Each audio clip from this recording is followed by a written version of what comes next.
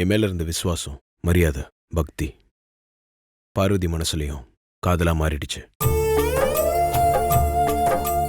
ஆனா அது ஒரு ஆண்டாள் மீரா காதல் மாதிரி.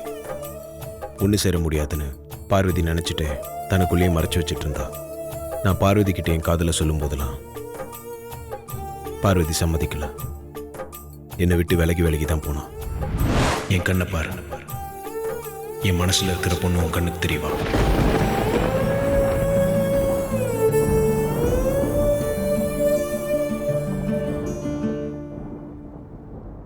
போங்க பெரியய்யா, உங்க மனசுல இருக்கிற பொண்ணை பாக்குற அதிர்ஷ்டம் எனக்கு இல்ல போல இருக்கு.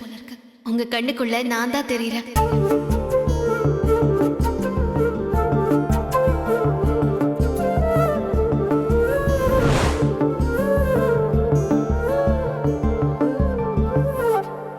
நீ என் காதலை ஏத்துட்டு நீ என் வாழ்க்கைக்குள்ள வரலனா நான் உயிரோடவே இருக்க மாட்டேன்னு பார்வதி கிட்ட நான் சொன்னதுக்கு அப்புறம் தான் பார்வதி என் காதலை ஏத்துக்கிட்டா.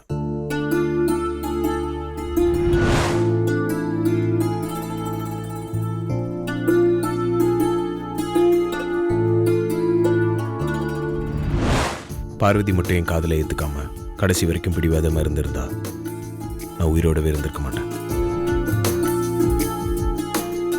ஒருவேளை அப்படி எதுனா நடந்திருந்தா அதான் பார்வதி அம்மாவுக்கு செஞ்ச பெரிய துரோகமா இருந்திருக்கும்.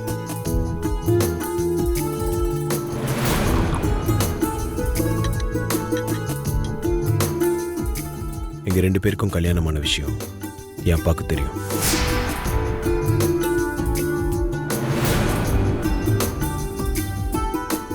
அப்பாவும் பார்வதி மருமகளை ஏத்துக்கிட்டு ஆசீர்வாதம் பண்ணிட்டார். அவரோட பிறந்த நாள் அன்னைக்கு அம்மா கிட்ட பேசி அம்மாவை சம்மதிக்க வைக்கிறேன்னு சொல்லியிருக்காரு. அது வரைக்கும் நீங்க அவசரப்பட்ட அம்மா கிட்ட உண்மையை சொல்லி எந்த குழப்பமும் பண்ணிடாதீங்க. இதுக்கப்புறமும் பார்வதி அம்மாவுக்கு துரோகம் செஞ்சிட்டான்னு நினைச்சு நீங்க அம்மா கிட்ட விஷயத்த சொல்லி அம்மா பார்வதி எதனா பண்ணிட்டாங்கன்னா அதே நிறைய உயிரும் போயிடும். பெரிய தம்பி, என்ன வார்த்தை சொல்லிட்டீங்க?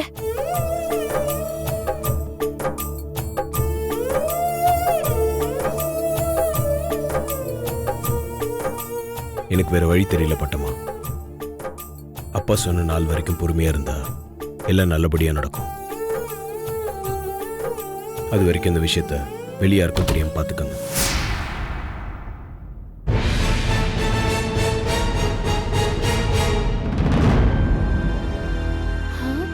அது வரைக்கும் இந்த விஷயம் வெளியே தெரிய வேண்டாங்கிறது மட்டும் தான் என் காதுல விழுந்துச்சு.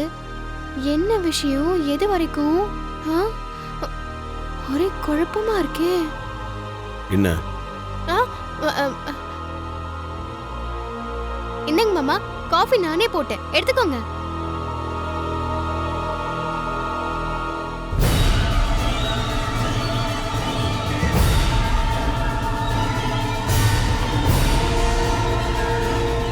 காஃபியா அது? வாயில வைக்க முடியும். இவ்வளவு கேவலமான ஒரு காஃபி நான் இது வரைக்கும் குடிச்சதே இல்லை. எடுத்துட்டு போ.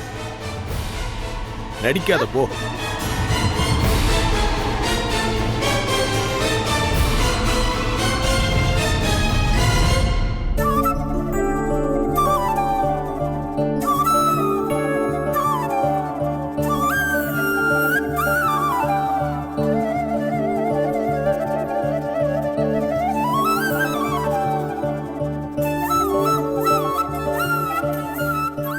என்ன பெரியய்யா, பட்டம்மாக்கா எதுவும் சொல்லாம போறாங்க? அம்மா கிட்ட எதுவும் சொல்ல மாட்டாங்கன்னு நினைக்கிறேன். என்ன நடந்தாலும் நீ தைரியமா இரு.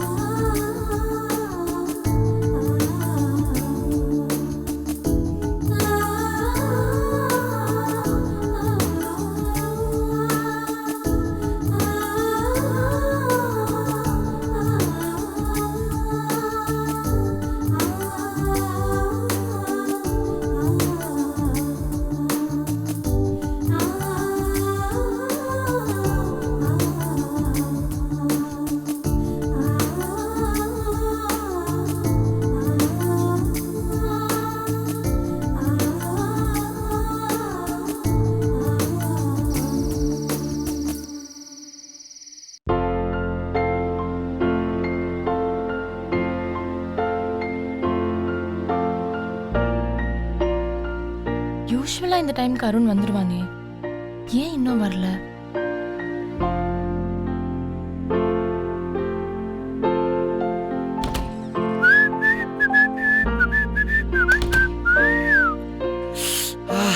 ஐசு, ரூம்ல ஏசி இருக்கிறதுனால இவ்ளோ சிலுசிலுன்னு இருக்கா, இல்ல நீ இங்க இருக்கிறதுனால சிலுசிலுன்னு இருக்கா? ம், ஆரம்பிச்சிட்டியா? இவ்ளோ நேரமா உன்னை இன்னும் காணுமேன்னு நான் தவிச்சிட்டு இருந்தேன். அப்படியே ஐசு, சொல்லியிருந்தா குடுகுடுன்னு ஓடி வந்திருப்பேன்ல, உன்னை நான் இப்படி வெயிட் பண்ண வச்சிருப்பேனா? இப்போ நீ ஏன் வந்தேன்னு கடுப்புல இருக்கேன். அதானே, ஆள் பக்கத்துல இல்லைன்னா இல்லையேன்னு சொல்லி ஏங்குறது, பக்கத்துல இருந்தா தொல்லையேன்னு சொல்லி சொல்றது. இதெல்லாம் பொண்ணுங்களோட சைக்காலஜி தான் இல்லையா ஐசு? சைக்காலஜி எல்லாம் நல்லா தான் தெரிஞ்சு வச்சிருக்க. ஆனா வீட்ல ஒருத்தி வெயிட் பண்ணிட்டு இருப்பாளே, நேரத்துல வரணும்னு தெரியலல்ல? ஐசு, கோச்சுக்காத ஐசு, உனக்காக ஒண்ணு வாங்க போனேன், அங்க லேட் ஆயிருச்சு, அதான் வீட்டுக்கு வரவும் கொஞ்சம் லேட் ஆயிடுச்சு. எனக்காக ஒண்ணு வாங்க போயிருந்தியா? எங்க போன? என்ன வாங்கிட்டு வந்திருக்க?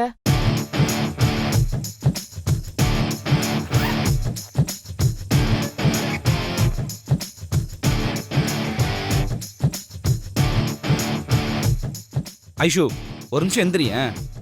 ஏன்? சொல்ற எந்திரி. ம், சொல்லு, என்ன வாங்கிட்டு வந்திருக்க?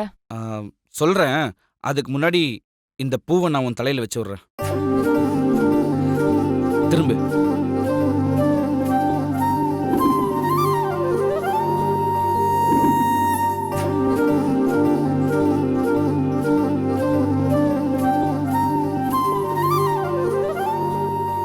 சரி, எனக்காக ஏதோ வாங்கிட்டு வந்திருக்கேன்னு சொன்னியே, என்ன அது? அத முதல்ல காட்டு. காட்டுறேன் காட்டுறேன், அவசரப்படாத.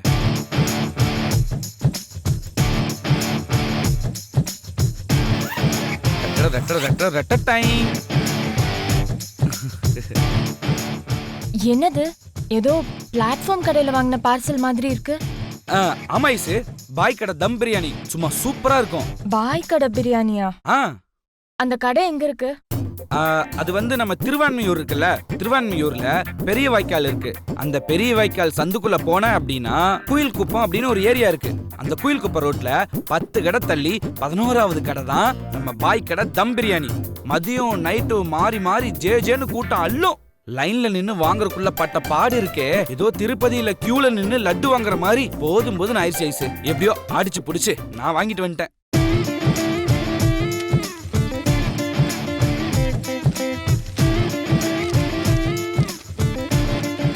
என்ன அருண், உன் டேஸ்ட் இவ்ளோ மட்டமா இருக்கு? உன் ரேஞ்சுக்கு ஸ்டார் ஹோட்டல்ல வாங்கிட்டு வரதை விட்டுட்டு நீ சொன்ன லொகேஷன் கேட்டாலே எனக்கு வாந்தி வர மாதிரி இருக்கு. அப்படி ஒரு இடத்துல இருந்து வாங்கிட்டு வந்துட்டு அத பெருமையா வேற பில்டப் பண்ணி சொல்லிட்டு இருக்க. இத நான் கொஞ்சம் கூட எதிர்பார்க்கல. ஐஷு, உடம்பு ட்ரெஸ் அழுக்கா இருந்தாலும் மனசு சுத்தமா இருக்குன்னு சொல்லுவாங்கல்ல, ஏன் அந்த கடவுளே வந்து குடியிருப்பான்னு சொல்லுவாங்கல்ல, அந்த மாதிரி லொகேஷனை வச்சு இடத்த தரக்குறவா இட போட்டுறாத. நம்ம பாய் கடை பிரியாணி ஸ்டார் ஹோட்டலை விட ரொம்ப டேஸ்டா இருக்கும். முதல்ல ஒரு வாய் சாப்பிட்டு பாரு. ஐயே, எனக்கு வேணாம், நான் ஏற்கனவே சாப்பிட்டுட்டேன். சாப்பிட்ட என்ன ஐசு, நீ ஃபுல்லாலாம் சாப்பிட வேணாம், எனக்காக ஒரு வாய் சாப்பிட்டு டேஸ்ட் எப்படி இருக்குன்னு சொல்லு. எனக்கு வேணாம், நீயும் சாப்பிடாத. எது சாப்பிட வேணாமா? ஐசு, நான் எவ்வளவு கஷ்டப்பட்டு வாங்கிட்டு வந்திருக்கேன் தெரியுமா? நீ வேற. அட போ ஐசு.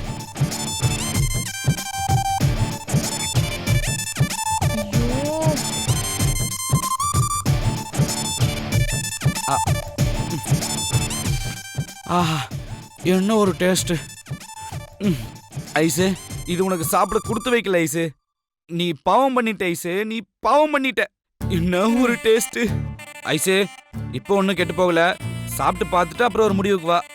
எனக்கு வேண்டாம், நீயே சாப்பிடு.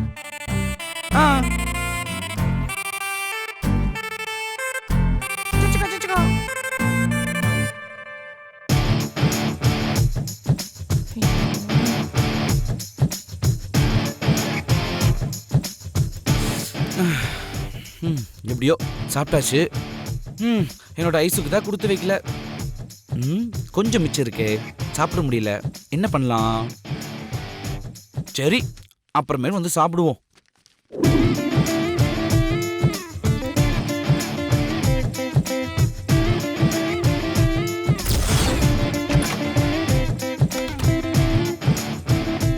அருண் இந்த பிரியாணி பத்தி அவ்வளோ பெருமையா சொல்றானே, உண்மையிலேயே அது அவ்வளோ டேஸ்டா இருக்குமோ?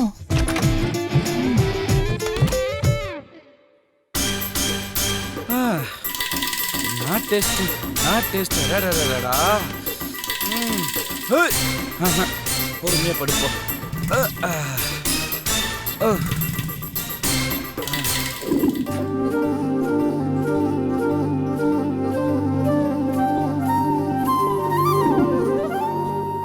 மிச்சம் இருக்குன்னு சொன்னானே.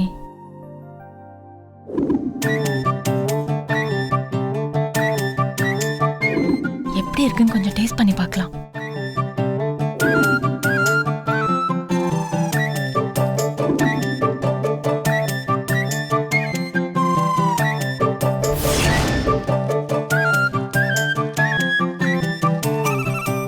அருண் சொன்ன மாதிரி டேஸ்ட் ரொம்ப நல்லா இருக்கு. இன்னொரு பிரியாணி வாங்கிட்டு வந்திருந்தா ஆசை தீர சாப்பிட்டுருக்கலாம்.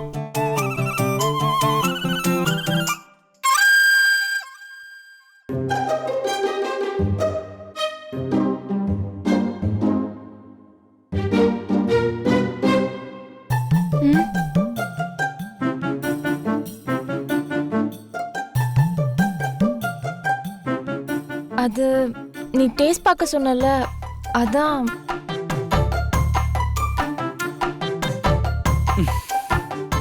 ஐஸு, ஸ்டார்டிங்ல நீ இப்படி பில்டப் கொடுப்பேன்னு எனக்கு நல்லாவே தெரியும். எப்படி பிரியாணி இல்லைன்னு நீ ஃபீல் பண்ணுவ. அதான் எக்ஸ்ட்ராவா நானே ஒன்று வாங்கிட்டு வந்திருக்கேன்.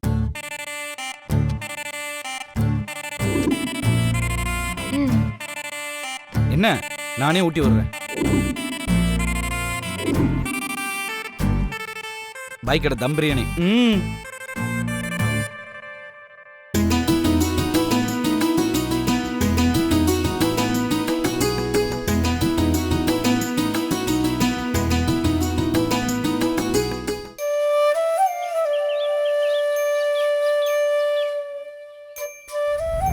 பார்வதி மேல எந்த தப்பும் இல்லை பட்டம்மா. இன்னும் சொல்ல போனா பார்வதி அம்மாக்கு எந்த துரோகமும் பண்ணல. அம்மாக்கு துரோகம் பண்ணது நான் தான்.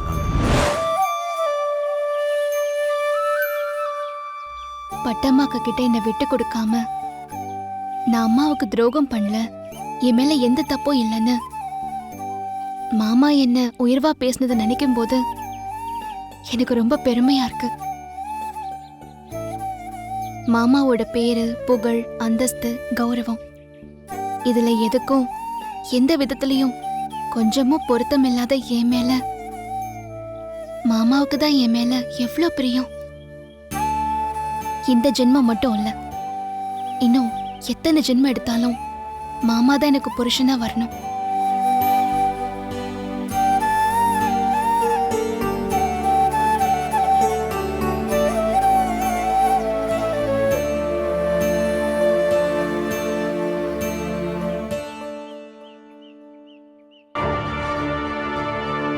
என்ன மன்னிச்சிடு பார்வதி. ஐயோ பட்டமாக்கா, என்ன இது? நீங்க போய் என்கிட்ட மன்னிப்பெல்லாம் கேட்டுக்கிட்டு நீங்க என்ன தப்பு பண்ணீங்க? உன் தகுதியை மறந்து வயசு கோளாறுல பெரிய தம்பி மேல ஆசைப்பட்டு அவசரமா அவரை கல்யாணம் பண்ணிக்கிட்டேன்னு உன்னை தப்பா நினைச்சிட்டேன் பார்வதி. பெரிய தம்பி சொன்னதுக்கு அப்புறம் தான் உண்மை புரிஞ்சுது. சுந்தரம் வளர்ப்பு தப்பில்லைன்னு. பெரிய தம்பி மனசுல எந்த அளவுக்கு நீ இடம் பிடிச்சிருந்தா, அம்மாவுடைய துப்பாக்கியால உன் உயிருக்கு ஏதாவது ஆபத்துனா அடுத்த நிமிஷமே அவர் உயிர் இருக்காதுன்னு சொல்லுவாரு. நீ ரொம்ப கொடுத்து வச்சவ பார்வதி. உங்க கல்யாணத்தை ஐயாவே சம்மதிச்சு ஏத்திட்டு இருக்கும்போது நான் எதுக்கு அம்மா கிட்ட சொல்லி வீணா குடும்பத்துல குழப்பத்தை ஏற்படுத்தணும்? என்ன சொல்றீங்க பட்டமாக்கா? உங்க கல்யாண விஷயத்த நான் அம்மா கிட்ட சொல்ல போறதில்ல பார்வதி. உங்க காதல் கல்யாணத்துக்கு நான் சப்போர்ட் பண்றதா முடிவு பண்ணிட்டேன். ரொம்ப சந்தோஷப்பட்டமாக்கா. நீங்க இப்படி சொன்னது என் அம்மாவே நேர்ல வந்து எங்க கல்யாணத்தை ஒத்துக்கிட்டு சம்மதம் சொன்ன மாதிரி ரொம்ப சந்தோஷமா இருக்கு. வீடு, மனைவி, மக்கள் இது 3 அமையிறது நம்ம கையில இல்ல, கடவுள் கையில தான் இருக்குன்னு சொல்லுவாங்க. பெரிய தம்பிக்கு பொண்டாட்டியா, அகிலா அம்மாவுக்கு மூத்த மருமகளா நீதான் அமையணும்னு கடவுள் உன் தலையில எழுதிருக்காரு பார்வதி. அது நடந்திருக்கு. இனி நடக்கிறது நல்லதாவே நடக்கணும்னு நான் கடவுள்கிட்ட வேண்டிக்கிறேன். ஆமா, கல்யாணம் இத்தனை நாள் ஆச்சே, தாலி கயிறை பிரிச்சு கோத்து கட்டிக்கிட்டியா? இன்னும் இல்ல பட்டமாக்கா. அப்ப ஒண்ணு பண்ணுவோம். நாளைக்கு உனக்கு கல்யாணம் ஆகி 15வது நாள் தானே? ஆமா பட்டமாக்கா. நாளைக்கு நாளும் நல்ல நாளா இருக்கு. அதனால நாளைக்கு கோயில்ல வச்சு உனக்கு தாலி பிரிச்சு கோத்துருவோம். ரொம்ப நன்றி ஏய், பட்டம்மாக்கா. என்ன இது? நீயும் என் பொண்ணு மாதிரிதான். அம்மா ஸ்தானத்துல இருந்து நான் என் பொண்ணுக்கு செய்ய வேண்டியதுதான் செய்யறேன். இதுக்கு எதுக்கு நன்றி எல்லாம்? நாளைக்கு நான் லீவ் போட்டுட்டு கோயிலுக்கு போய் எல்லா ஏற்பாடும் பண்ணி வைக்கிறேன். நீ கோயிலுக்கு வந்துரு. ஆ, 2 பேரும் ஒன்னா லீவ் போட்டா வனஜாமாவுக்கு சந்தேகம் வந்துரும் பட்டம்மாக்கா. நீ சொல்றதும் கரெக்ட் தான். நான் மட்டும் லீவ் போடுறேன். நீ பர்மிஷன் மட்டும் போட்டுட்டு கோயிலுக்கு வந்துரு. ம். ஒரு 2 மணி நேரத்துல தாலி பிரிச்சு கோத்துக்கிட்டு நீ வேலைக்கு வந்துற. சரி பட்டம்மாக்கா, நான் அப்படியே செஞ்சிடுறேன். வாங்க உள்ள போலாம். நிறைய வேலை இருக்குக்கா, சீக்கிரம் முடிக்கணும்.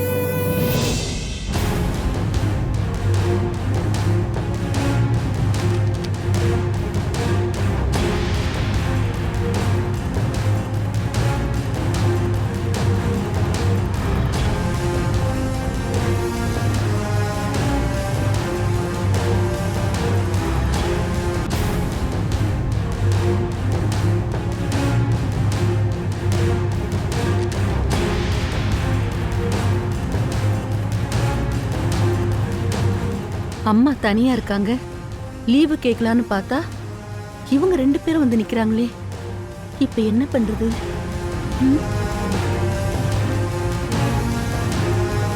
அம்மா, அந்த சிலிண்டரை பார்த்திய? அகிலா கிட்ட எதையோ சொல்ல வந்திருக்கா. நம்ம 2 பேரையும் பார்த்துட்டு சொல்லாம பம்மிக்கிட்டு நிக்கிறா. ஆமாத்த, நேத்து கூட பட்டம்மா பெரியத்துக்கிட்ட வந்து ஏதோ சொல்ல வந்த மாதிரி இருந்தது. ஆனா பார்வதி பட்டம்மாவை பார்த்து கையெடுத்து கும்பிட்டுட்டு இருந்தா. அவ கும்பிட்டதை பார்த்தா பட்டம்மாவை பார்வதி பெரியத்துக்கிட்ட சொல்ல வேண்டாம்னு சொன்ன மாதிரி இருந்தது. Yeah okay. பட்டம்மா, அம்மா,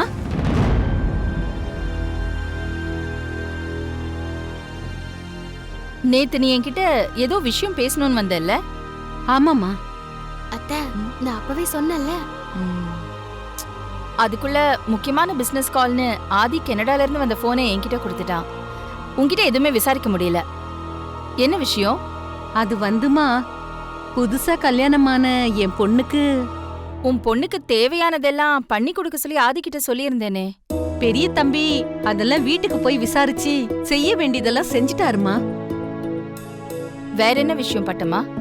என் பொண்ணுக்கு நாளைக்கு கோயில்ல தாலி பிரிச்சு கோக்குறோம்மா. அதனால நாளைக்கு ஒரே ஒரு நாள் லீவு மட்டும் வேணுமா. என்ன பட்டம்மா, இத சொல்றதுக்காகவா இவ்ளோ தயங்குற? சரி, நாளைக்கு ஒரு நாள் லீவ் எடுத்துக்கோ. ரொம்ப நன்றிம்மா.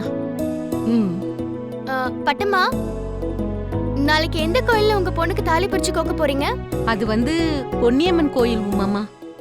எந்த பொன்னியம்மன் கோவில்? காரம்பாக்கத்துல இருக்குமே அந்த பொன்னியம்மன் கோவிலா? ஆமாம்மா.